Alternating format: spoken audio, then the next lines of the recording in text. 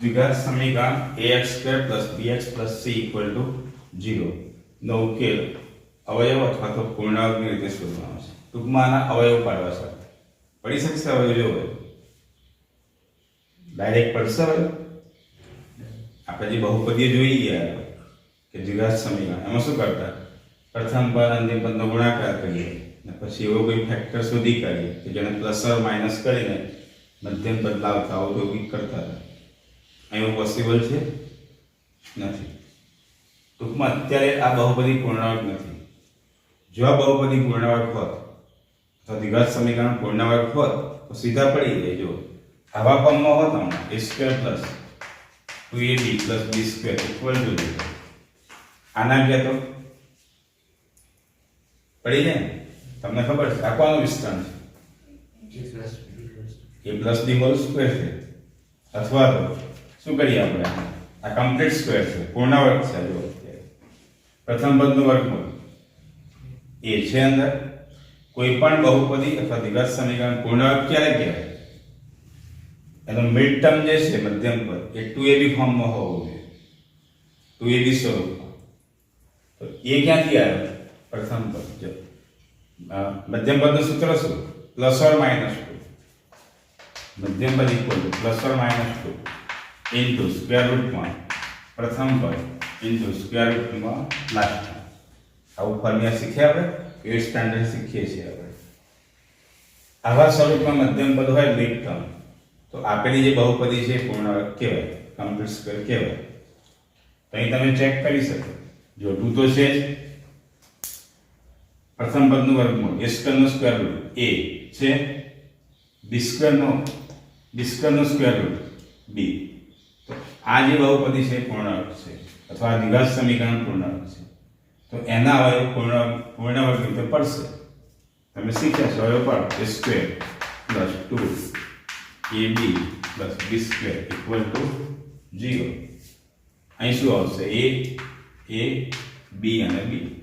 therefore એના factor પાડ્યું તો પ્રથમ પદનું સ્ક્વેર રૂટ a, મધ્યમ પદનું ચિહ્ન લેવાનું, પ્રથમ પદનું વર્ગમૂળ, મધ્યમ પદનું ચિહ્ન પ્લસ અંતિમ પદનું વર્ગમૂળ b આખાનો square = 0. therefore a + b * a + b = 0. આવું શીખ્યા ને? હવે કોઈ ચલ x તમે લઈ લો, બરાબર? તો પછી x ની વેલ્યુ શોધશો. અત્યારે આપણે અવયવ પાડવાના, અવયવ પાડી દીધા, પડી ગયા. therefore આવું પણ લખી દો આગળ a + b = 0 અથવા a + b = 0. therefore a શું મળશે? -2. a -2. અત્યારે કોઈ ચલ નથી, આમ કોઈ વેરિયેબલ છે નહીં. એ વેરિયેબલ હોત તો આપણે x કહેવું, તો આપણે x ની વેલ્યુ શોધીએ, એનો ઉકેલ કહીશું. સમજ પડી? તો આ જે તમને આપ્યું છે એને આપણે વ્યાપક સ્વરૂપ જે છે એને આ ફોર્મમાં લાવવાનું છે. a² + 2ab + b². તો જે કમ્પ્લીટ સ્ક્વેર કહેવાય. એટલે પ્લસ અથવા તો માઇનસ, પ્લસ કે માઇનસ ફોર્મમાં લાવવાનું છે. તો જો પહેલા શું કરીશું? આપણે એને ગોઠવણી કરશું. કોઈક વડે ગુણીશું એના માટે, કંઈક વડે ભાગીશું, કંઈક ઉમેરીશું, ના તો કંઈક બાદ કરીને ગોઠવણી કરવાની. ax² + bx + c = 0. તમે અહીં જો x છે, x ક્યાંથી આવ્યો? પ્રથમ પદમાંથી કાં તો અંતિમ પદમાંથી. પ્રથમ પદમાં જો x² છે, મધ્યમ પદમાં શું આવે? પ્રથમ પદનું વર્ગમૂળ આવે, તો x² નો સ્ક્વેર રૂટ x આવી ગયો. પણ અહીં મિડ ટર્મમાં b છે, એ b ક્યાંથી આવ્યો? પ્રથમ પદમાંથી કાં તો અંતિમ પદમાંથી. પણ એ તો પ્રથમ પદમાં પણ b નથી, લાસ્ટ ટર્મમાં પણ b નથી.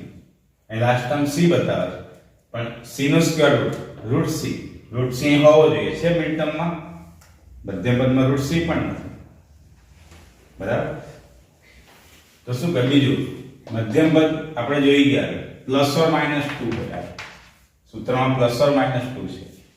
2 વડે કોઈને પણ મલ્ટીપ્લાય કરશો કે સંખ્યા બેકી બની જાય, બરાબર? 2 4 6 8 એટલે મધ્યમ પદ શું આવવું જોઈએ? પાછો 2 નો અવયવી આવવું જોઈએ. 2 નો મલ્ટીપલ 2 4 6 8 એવું જ આવવું જોઈએ, એકી નહીં ચાલે, બરાબર?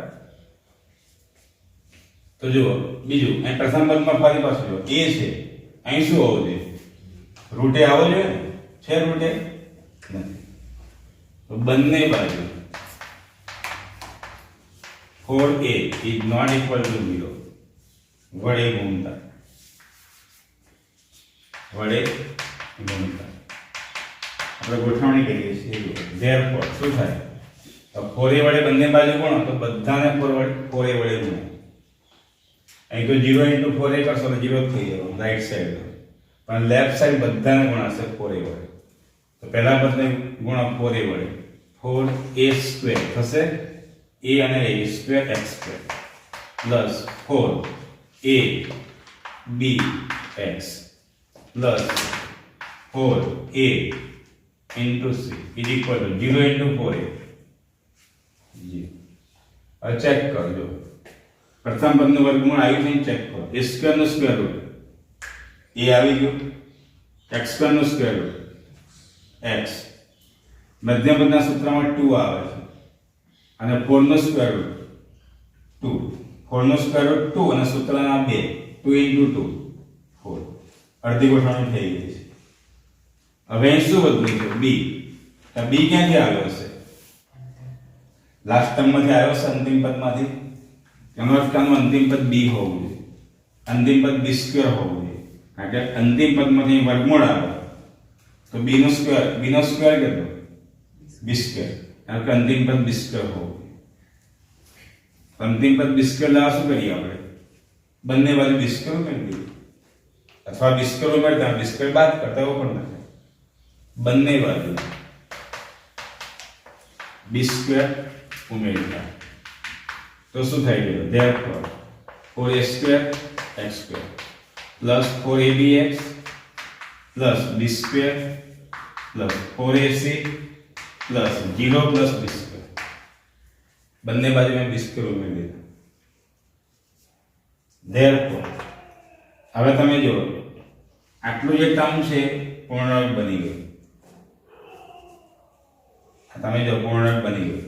b² નું સ્ક્વેર રૂટ b આવી ગયું, એટલે કે કમ્પ્લીટ સ્ક્વેર છે. b² નું સ્ક્વેર રૂટ b આવી ગયો, a² નું સ્ક્વેર રૂટ a આવી ગયું, x² નું x આવી ગયું, 4 નો રૂટ 4 નો સ્ક્વેર રૂટ 2 થશે, અને સૂત્રના 2 into 2 તો 4 પણ આવી ગયું. એટલે આ જે ત્રણ પદ છે પૂર્ણાંક બની ગયા. આ વધનું છે એટલે પેલી બાજુ લઈ જાઓ. therefore 4a² x² plus 4abx plus b² is equal to b² આ પ્લસ છે પેલી બાજુ જાય minus 4ac. therefore હવે આ પૂર્ણાંક છે, અવયવ પાડી દો. હમણાં મેં તમને શીખવાડ્યું અવયવ પાડો શું કરવાનું? પ્રથમ પદનું શું લેવાનું? વર્ગમૂળ. સમજો, પૂર્ણાંક બહુપદી હોય ને અવયવ પાડવા હોય તો પ્રથમ પદનું વર્ગમૂળ લેવાનું. તો 2a એનો સ્ક્વેર રૂટ x, મધ્યમ પદની ફક્ત સાઇન લેવાની, પ્લસ અંતિમ પદનું વર્ગમૂળ b આખાનો square is equal to b² minus 4ac. બરાબર? હવે ને આના અવયવ પાડી દીધા. પ્રથમ પદનું વર્ગમૂળ, મધ્યમ પદનું ચિહ્ન, અંતિમ પદનું વર્ગમૂળ, આખાનો વર્ગ. તમે આનું વિસ્તરણ કરો તો મળશે તમને. આનું વિસ્તરણ છે અને આ શું છે? તો આના અવયવ છે. વિસ્તરણ અવયવ બંને એકબીજાની ઉલટી ક્રિયાઓ છે. આનું વિસ્તરણ આ મળશે, આના અવયવ પાડો તો આ મળશે. સમજ પડી? હવે જો લેફ્ટ સાઈડ સ્ક્વેર છે, ડાબી બાજુ પર વર્ગ છે, બરાબર? હવે કોઈ પણ નો વર્ગ તમને ખબર છે, કોઈ પણ સંખ્યાનો વર્ગ હંમેશા કેવો હોય?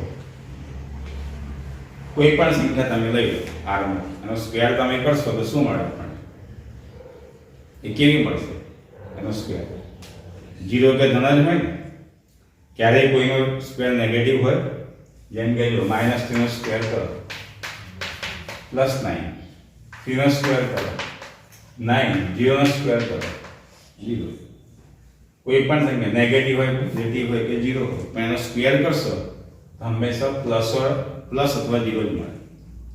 નેગેટિવ ખ્યાલ ના થાય, બરાબર ને? એટલે કે અનઋણ પણ કહીએ આપણે, ઋણ ના હોય. એટલે લેફ્ટ સાઈડ પર સ્ક્વેર છે તો આ જે છે, જો લેફ્ટ સાઈડ પર સ્ક્વેર છે તો રાઈટ સાઈડ જે છે એ હંમેશા પોઝિટિવ હશે કાં તો 0 હશે. સમજ પડે છે? તો અહીં પણ લેફ્ટ સાઈડ સ્ક્વેર છે તો આ જે છે આનો સ્ક્વેર આ છે એવું કહેવાય, આના સ્ક્વેરની વેલ્યુ આ છે, એ હંમેશા કેવી હોય? 0 કે પોઝિટિવ. પોઝિટિવ હોય તો ગ્રેટર ધેન 0. હવે શું કરીશું? આના પર ધારી લઈએ d² - 4ac greater than or equal to 0 equal to એના પહેલા લખી દઈએ. ના હોય તો આને શું કહીએ? આપણે d કહી દઈએ. આના બરાબર d ધારી લઈએ. d² - 4ac equal to d. અને એ પાછું હંમેશા કેવું હશે? greater than or equal to 0. લખી દઈએ બ્રેકેટમાં d² - 4ac equal to delta delta. Therefore 2ax plus b. તો તમારે ઉકેલ શોધવો છે, એટલે કે x ની વેલ્યુ શોધવી છે. તો શું કરવાનું? x ને એકલો પાડતા જવાનો. અહીંથી એવી ક્રિયાઓ કરવાની કે x એટલો જ ક્યાં રહે? Left side. બાકીનું બધું જ ક્યાં રહે? Right side. તો આને ઉકેલવું છે આપણે. તો પહેલા શું કરવું પડશે? અહીં સ્ક્વેર છે, એ સ્ક્વેર દૂર કરવો પડશે. તો વર્ગ દૂર કરવા શું કરવું પડે? વર્ગમૂળ લેવું પડે. બંને બાજુ વર્ગમૂળ લેતા, બંને બાજુ વર્ગમૂળ લેતા. અહીં વર્ગમૂળ લેશો તો સ્ક્વેર નીકળી ગયો. આ બાજુ પર શું થાય? d નું સ્ક્વેર રૂટ, √d થયું. આપણે ઉકેલ શોધ્યો એટલે કે x ની વેલ્યુ શોધવી છે. x ને અલગ કરવાનો છે. તમે ઉપરથી પહેલા ખોલ્યો, સ્ક્વેર કાઢ્યો અંદરથી. તો સ્ક્વેર પર શું કર્યું? સ્ક્વેર રૂટ લીધું, વર્ગમૂળ લીધું. તો વર્ગ નીકળી ગયો, તો વર્ગમૂળમાં d આવી ગયા, √d. હવે b વધનો છે, b ને ક્યાં લઈ જાવ? પેલી બાજુ ઉપર. x ને આપણે અલગ કરવો છે. therefore 2ax equal to આ b પેલી બાજુ પ્લસ છે, શું થાય? -b plus √b. therefore હજી x ને અલગ કરવો છે તો આ ક્યાં લઈ જશે? તમે પેલી બાજુ લઈ જશું. હવે બીજું એક જો અહીંયા આપણે વર્ગમૂળ લીધું છે, d નું સ્ક્વેર રૂટ. તમે વર્ગ સંખ્યા માઈનસ હોય કે પ્લસ હોય, એનો સ્ક્વેર કરશો તો હંમેશા કેવો મળે? પ્લસ. તમને હમણાં મેં સમજાવી દીધું. -3 નો સ્ક્વેર કેટલો? 9. 3 નો સ્ક્વેર કેટલો? 9. તો જ્યારે આપણને √9 કે ત્યારે શું લઈએ છીએ આપણે? √9 કે 9 નો સ્ક્વેર રૂટ. એટલે કદાચ આ પણ હોઈ શકે કાં તો આ પણ હોય. તો વખત આપણે શું કરીએ છીએ? +- લઈએ છીએ ને. તો d નો સ્ક્વેર રૂટ લીધો આપણે, d નો વર્ગમૂળ. તો શું આવશે? d નો વર્ગમૂળ શું આવશે? +or - d થશે. તો અહીં શું આવશે? +or - therefore x equal to શું થશે? -b +or - √d. આ 2a ક્યાં જશે? મળી ગઈ x ની કિંમત આપણને. x નો રૂટ કહેવાય અથવા તો ઉકેલ કહેવાય અથવા તો બીજ કહીશું. હવે અહીં તમને બે વેલ્યુ મળશે x equal to. તમે એને આલ્ફા અને બીટા પણ કહી શકો છો. આલ્ફા અને બીટા. therefore x equal તમે એકના આલ્ફા કહો તો -b + √d upon 2a થાય. 2a આ 2 છે, alpha 2a. x equal to જો આ બીજી જે વેલ્યુ છે માઈનસ વાળી અને બીટા તમે કહો તો beta equal to -b - √d upon 2a. મળી ગઈ x ની બે વેલ્યુ. તમે આને આલ્ફા કહો કાં તો આને આલ્ફા કહો તો પણ ચાલે. એક આલ્ફા લો, એક બીટા. ખ્યાલ આવ્યો?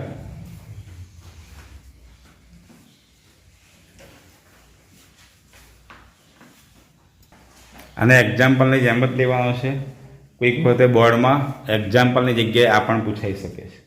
બધા તમે કુટ પ્રશ્ન તૈયાર કરીને જાઓ, બધા એક્ઝામ્પલ કરી દો, પણ આ ના કરી હોય ને કદાચ આ જ પૂછી જાય 3 થી 4 માર્કમાં કુટ પ્રશ્નની જગ્યાએ. એટલે આને પણ તમારે શીખવાનું છે. બરાબર.